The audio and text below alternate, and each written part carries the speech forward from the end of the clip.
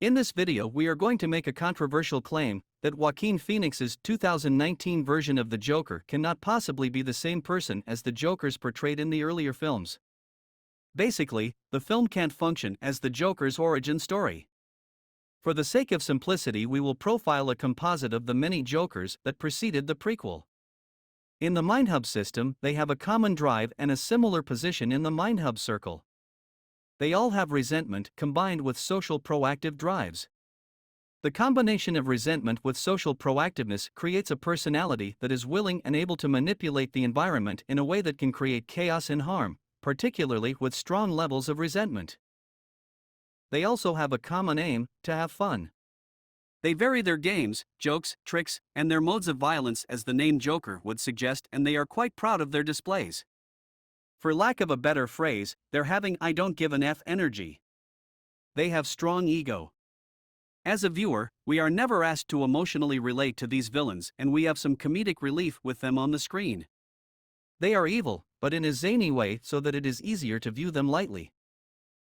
In contrast, 2019's Joker, Arthur Fleck, presents with a very different set of drives.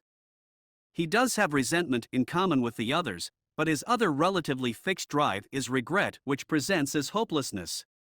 This is a sad clown. Due to this hopelessness, he is very present-oriented with no aims at all. The lability of his thoughts and emotions suggests mental health issues, his most prominent symptom being his inappropriate emotional responses, which it seems are compulsive or not within his control. He attempts to deal with this in a functional way by becoming a clown, but this strategy breaks down when he loses his job. He loved his job because he is more social with animals and children than adults, and he understands that he doesn't fit into society.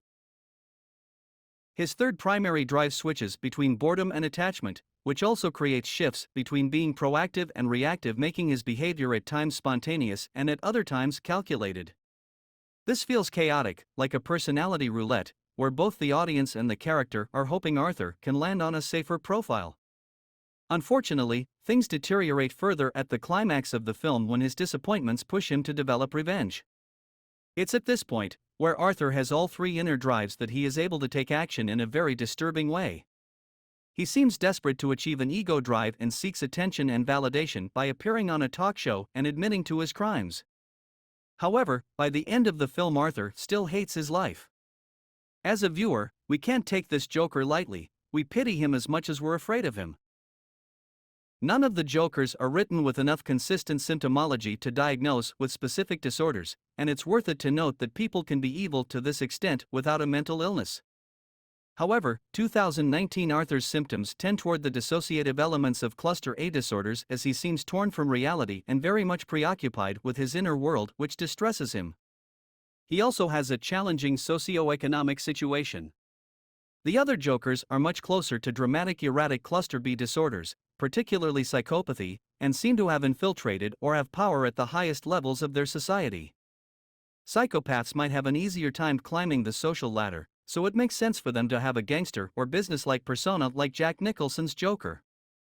This kind of Joker would never laugh when he should be crying, and would be very unlikely to cry at all. We find it unlikely, if not impossible, for 2019's Arthur Fleck to transform into such a social and proactive profile, confident enough or resourceful enough to reach such a level of power and control. This Joker doesn't prefer chaos. He is chaos.